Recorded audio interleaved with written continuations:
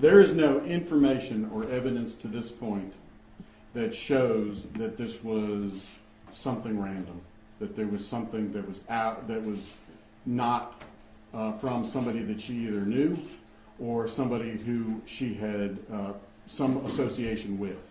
That's what we're seeing at this time. So based on that information, we do not believe that this is a random act of violence. We do not believe that this is the act of a serial killer. We believe that this act was deliberate and personal. We have obtained additional footage from the parking lot, as he described, where she is in her 2022 Chrysler Pacifica van in the parking lot of the Family Dollar, which is obviously joined by other businesses. We've obtained additional footage and found that she stayed in that parking lot an additional 10 minutes. From that 10 minutes at 3:19 p.m., she leaves the parking lot and begins to head southbound on Georgia 15, which is the main highway, the 4-lane highway that connects Raven County to Habersham.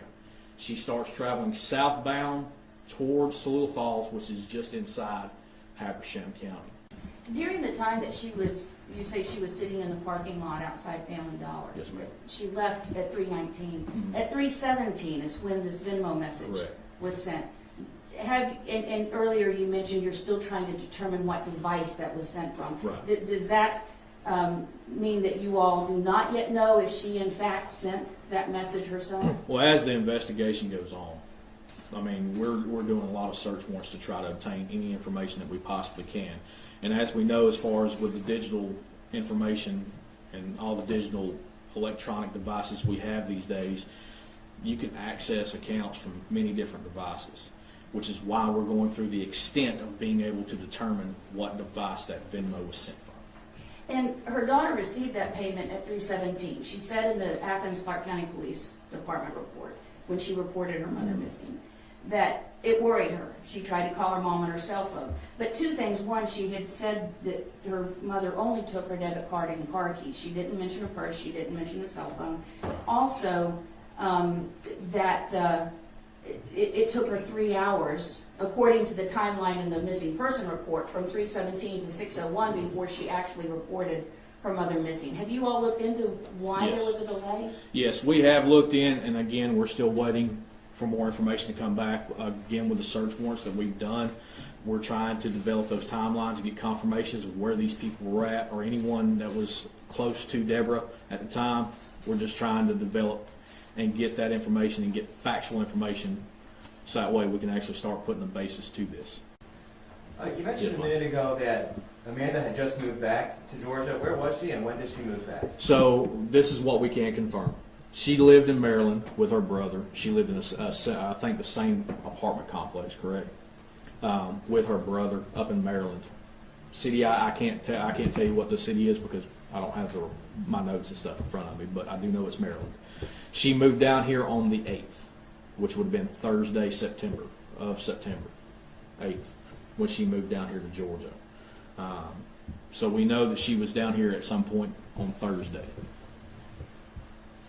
Yeah, come on up here. This is Investigator Garrison. He's also one of my team leads. So I pulled the video footage from the store and talked with everybody from the store. Based off of that, with Miss Collier, she was there for that time period from 2:54 till 3:10. Got in her car at 3:10 till 3:20.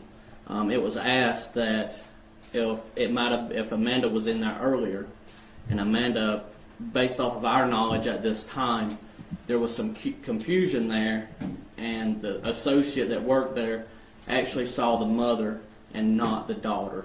I was able to provide photos to that store clerk to confirm that based off of what we were told, and she said, no, I remember seeing the mother, not the daughter. Can you speak to whether Amanda Bearden has any acquaintances or friends, family in the area? Like Investigator Kaysen said, we can't confirm that right now. I'm sure once we start getting some of these subpoenas and search warrants back on these phone records, we'll be able to give an answer on that at that time. When was the last time Amanda told you all she saw her mom? And can you confirm or report that Debbie's husband, Steve, was working during the time of Debbie's disappearance? All right, so what we can confirm as far as that question right there is that we know that Amanda talked on the phone with her mother on Saturday afternoon.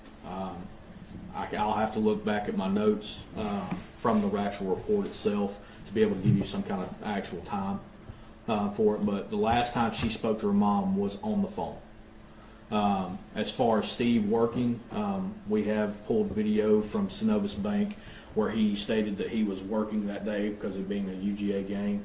He works for a private company called the Optimist Club that private contracts Synovus Bank's parking lot to park vehicles for the game day. They use that parking lot to provide parking for people coming to the game. We have confirmed that he was there from, I'm making sure I get the times right, 9 to 4:06. from 9 to 4:06, 9 a.m. to 4:06 p.m. on Saturday. Again, I want to reiterate to everyone that this is a very complex investigation.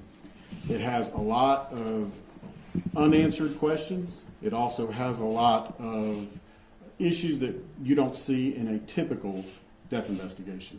For that reason, it is going to take a significant amount of time, well beyond what we've had in the past 19 days, to solve this crime. But we are working diligently to do that. We are working diligently to determine a motive, to find people or a person of interest, and to bring a resolution to this case for Deborah Collier and her family.